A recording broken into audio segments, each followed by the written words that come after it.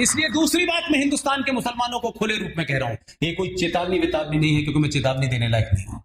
एक सजेशन है मेरा, इस सभा में भी कोई मुसलमान बैठा हो तो जरा जाइएगा और 5 वक्त की नमाज पढ़ने के बाद जब दिमाग ठंडा हो जाए तो मेरी बात को सोचिएगा। पूरी दुनिया में इस्लाम, पूरी दुनिया में उन 57 देशों में जहां किसी गैर मुस्लिम को रहने का अधिकार ही नहीं है, वो भी छोड़ दीजिए, पूरी दुनिया में इस्लाम जो जलील हो रहा है, जो ख्वार हो रहा है, जो उसके खिलाफ हालात बने हुए हैं, उसके लिए खुद मुसलमान जिम्मेदार हैं। और इस सब के बावजूद कि आप क्या कर रहे हैं, आईएस की तस्वीरें आती हैं, कभी वो पानी में डुबो के मारते हैं, कभी लाइन से जमीन पर लिटा के लोगों को मारते हैं। मैं तो फिर भी ये कहूंगा कि सरकार ये भी भले ही कितनी भी राष्ट्रवादी हो, लेकिन इनके अंदर भी वही डीएनए है। क्या ट्रेजेडी है कि कोई बड़ा लीडर, चाहे वो हैदराबाद का जाहिल हो या वो जो रामपुर में पढ़ा लिखा बताता है अपने आप को, किसी ने एक बात को इस ईमानदारी के साथ, अगर 1 मिनट के लिए भी तुम मुसलमान हो और मोहम्मद पे तुम्हारा यकीन है और कुरान मजीद पे यकीन है, शरिया पे यकीन है, तो 1 मिनट के लिए तो तुमको अपने मुंह से ये कहना चाहिए कि हिंदुस्तान का मुसलमान, पढ़ा लिखा मुसलमान, इंजीनियर, डॉक्टर इस देश से भाग करके आईएस को ज्वाइन कर रहा है, और जिन्हें तुम काफिर कह के मांग रहे हो, वो काफिर तुमको रोक रहा है, मत जाओ मत जाओ, तुम्हारा मुस्तकबिल जहां है वहां नहीं है।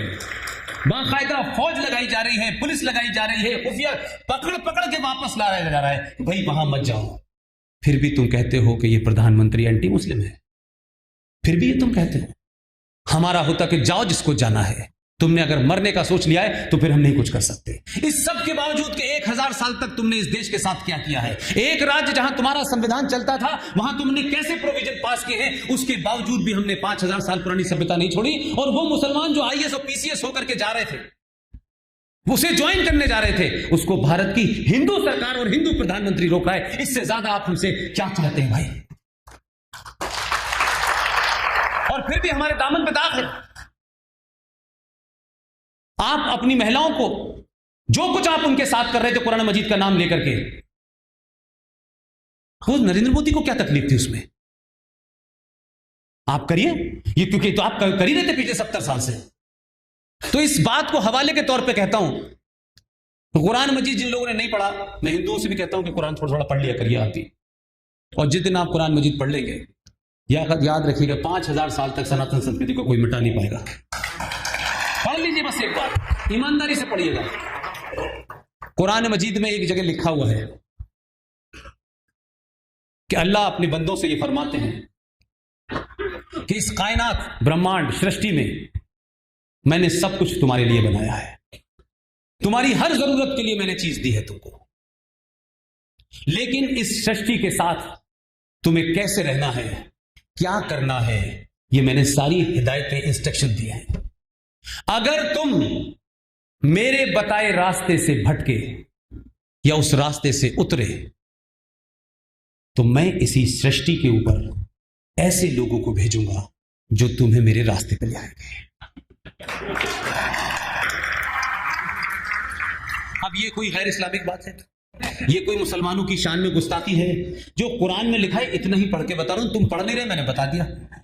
तो अगर ये तुम मान लो तो उसमें लिखा है ऐसे लोगों को भेजूंगा, ये नहीं कहा हामिद अंसारी को भेजूंगा, ये नहीं लिखा उसमें।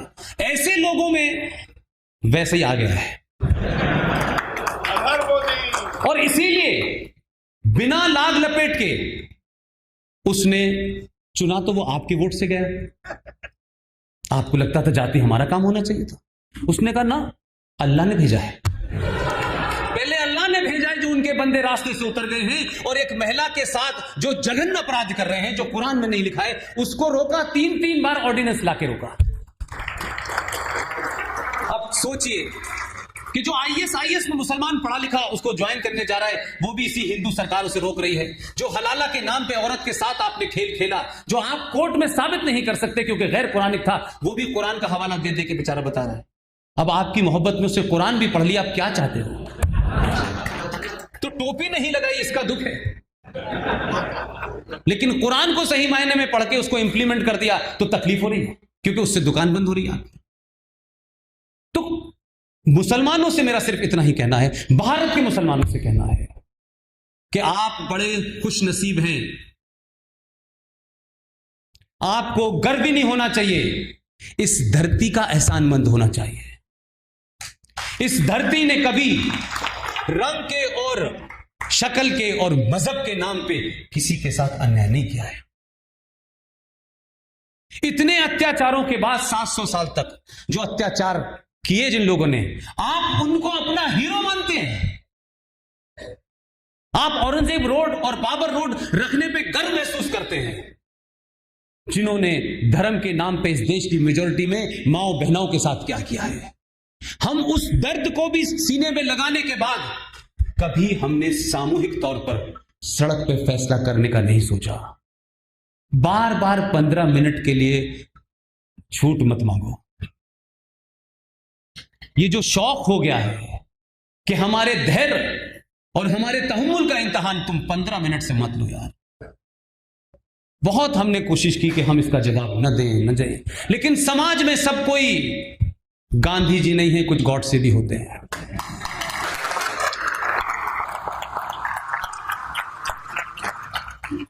बहुत कोशिश की कि मत करो मत करो, बहुत समझाया, तुम्हारे लिए ये भी योजना, तुम्हारे लिए संविधान में ये भी हम मानने को तैयार हैं। हमने संविधान के इतर भी कई फ्रॉड करे हुए हैं जिन पे हमारी टीम काम कर रही है, और एक बड़ा फ्रॉड इस देश में कुछ दिन बाद आपको सुनने को मिलेगा कि जम्मू कश्मीर के अंदर हमारे एक साथी हैं अंकुर शर्मा। ही इज ए 24 और 25 year old brilliant young lawyer. उसने सिर्फ इतना पूछा कि जम्मू कश्मीर में जो लोग माइनॉरिटी में हैं, क्या उन्हें माइनॉरिटी कमीशन के माध्यम से जो सुविधाएं मिलती हैं मिलनी चाहिए। उस राज्य में वो माइनॉरिटी में है, डोगरा हिंदू, दलित हैं, सिख हैं। ऐसे ही इस देश के 8 राज्यों में हिंदू माइनॉरिटीज में है, जैसे पंजाब में है। तो जहां जो माइनॉरिटी में है उसको माइनॉरिटी का फायदा मिलना चाहिए। माइनॉरिटी कमीशन बना माइनॉरिटी शब्द के लिए है या किसी का नाम लिख के बना है। अब क्या हुआ मैं सुप्रीम कोर्ट के सोने की बात कर रहा हूं। तो ये जब PIL लेके गए और सुप्रीम कोर्ट में अर्जी दी तो सुप्रीम कोर्ट ने कहा यह कैसे हो सकता है जम्मू कश्मीर में। हाँ बिल्कुल सही करे, यहां तो माइनॉरिटी में, अच्छा इनको माइनॉरिटीज की फैसिलिटीज नहीं मिलती। उसने कहा सर नहीं मिलती। तो उन्होंने, सुप्रीम कोर्ट ने केंद्र सरकार को और राज्य सरकार को नोटिस जारी कर दिया। नोटिस जारी करने पे जम्मू कश्मीर का वकील आता है और एफिडेविट में क्या लिखता है पता है आपको, कि जम्मू कश्मीर में मुसलमान माइनॉरिटी में है।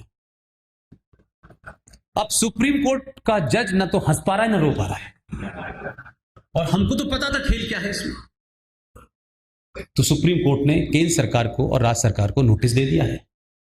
और फिर यह पता चला कि भारत में एक जगह है जिसका नाम है पौंडीचेरी। सुना है आपने नाम है? पौंडीचेरी में 96% मुसलमान हैं, वहां भी माइनॉरिटी में है। तो ये जो आपने देखा होगा एक बना हुआ है नेशनल कमीशन फॉर माइनॉरिटीज, ये भारत के संविधान का हिस्सा नहीं है, इसका संविधान में कोई जिक्र नहीं है। लेकिन इस देश में मुसलमानों की नाजायज मांगों को अपील करने के लिए यह नेशनल कमीशन फॉर माइनॉरिटीज बना दिया गया। और उस माइनॉरिटीज कमीशन के अंदर लिखा कि मुसलमान, सिख, पारसी, ये लोग वगैरह वगैरह, ये लोग माइनॉरिटी में हैं। अब क्योंकि वो नेशनल कमीशन है और उसमें मुसलमान शब्द पहले ही दिन आपने दे दिया, तो राष्ट्रीय स्तर पर उसकी गणना होने लगी। लिहाजा मुसलमान जहां 96% भी है वहां भी वो माइनॉरिटी में है, कि राष्ट्रीय कमीशन में लिख दिया गया। सुप्रीम कोर्ट ने कहा यह तो मुमकिन ही नहीं हो सकता। उस पर नोटिस जारी हो गया है, कहा कि राज्यों के स्तर पर माइनॉरिटीज तय होंगी, राष्ट्रीय स्तर पर कैसे हो सकता है। तो जो राष्ट्रीय स्तर पर जब आपने तय किया उसी का नतीजा है कि जम्मू कश्मीर में 71% है मुसलमान, तो अभी वहां माइनॉरिटी में काउंट करे जा रहे हैं। पांडेचेरी में 96% है, तब भी माइनॉरिटी में करते आ रहे हैं। मुझे पूरी उम्मीद है ये फ्रॉड भी समाप्त होने वाला है। आपको इन्हीं व्यवस्थाओं में से बारीक सी लाइन ढूंढनी होगी और उसी को हथियार बनाना होगा। दुनिया में यूएनओ कहता है कि जो टोटल पॉपुलेशन हो, उस टोटल पॉपुलेशन का जो मिनिमम 2.5% होगा, जो 2.5% होगा टोटल पॉपुलेशन का, उसे माइनॉरिटी का दर्जा मिलेगा। यह यूएनओ कहता है। और आपके यहां गोपाल स्वामी अयंगर, उनकी रिपोर्ट, पटेल जी की रिपोर्ट में जो बातचीतें हुई हैं दोनों मुस्लिम लीडर से पाकिस्तान बनने के बाद, उन्होंने कहा क्योंकि मुसलमान यहां से चले गए हैं और जो यहां रह गए हैं, कहीं यहां का हिंदू अपने उस गुस्से के कारण यहां के मुसलमानों पे कोई जाने अनजाने अत्याचार न कर दे, तो हम इसको मानने को तैयार हैं। तो उन्होंने कहा नहीं, हमें कुछ स्पेशल पावर मिलने चाहिए। तो गोपाल स्वामी अयंगर ने कहा है, यह डिबेट है, उन्होंने कहा कि यह बात दोबारा मत कहिएगा आप लोगों ने धर्म के नाम पर देश लिया, हजारों लोगों को मारा, पूरे साउथ के अंदर मैं अपना मुंह नहीं दिखा पा रहा, और आप पाकिस्तान बनाने के बाद हमसे कह रहे हैं कि हमें विशेष अधिकार चाहिए। आपको रहना है, रहिए, कोई अधिकार नहीं मिलेगा आपको। लेकिन क्योंकि गोपाल स्वामी अयंगर, पटेल, इनकी बातों का महत्व नहीं है, महत्व तो उनका था विजनरी का, जो अकेले देश चला रहे थे, लिहाजा ये फ्रॉड शुरू हो गया। तो ये जो बना माइनॉरिटी कमीशन, ये तो इंदिरा गांधी के जमाने बना। और आप अगर चीजों का सीक्वेंस देखेंगे, एक मुस्लिम लीग थी जिसने पाकिस्तान बनाया, ये सच है कि नहीं है, वो पाकिस्तान चली गई। जो यहां छोड़ गए मुस्लिम लीग को, उन्होंने रातों रात अपने नाम के आगे लगाया ऑल इंडिया मुस्लिम लीग। वो सिमट के अब केरला चली गई। तो जब वो केरला चली गई तो मुस्लिम पॉलिटिक्स के लिए कोई नई दुकान खोलनी थी।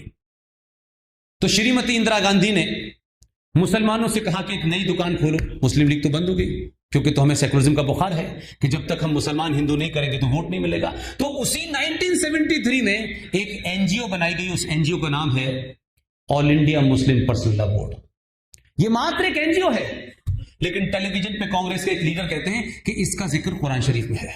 अब आपके पागलपने की कोई हद हो सकती है, कोई कुछ भी कहने को तैयार है। तो समय समय पे हमारे देश में यह हुआ। तो जो टॉपिक है, इस टॉपिक पे मेरा सिर्फ इतना ही कहना है, आपने लिखा है भारतीय संविधान, पहले तो यही तय हो जाए कि यह भारतीय है कि नहीं। हिंदुत्व तो बहुत बात की बात है, राष्ट्रवाद तो बहुत बात की बात है। इस संविधान को बहुत लोगों को बुरा लग सकता है। दुनिया में हर चीज की समीक्षा हो रही है, किसने क्या किया, किसने क्या नहीं किया। जलियांवाला बाग के लिए इंग्लैंड की सरकार माफी मांग रही है, वहां की रानी आपसे माफी मांग रही है कि यह गलत हुआ। माफी मांगी तो इतने साल बाद मांगी। भाई इस पे भी कुछ लोग माफी मांगने का कब समय आएगा, इस पे भी माफी मांगे। इसमें जो आपने अपराध किए हैं उनको तो ठीक करें कम से कम, बाकी तो देश चल ही रहा है।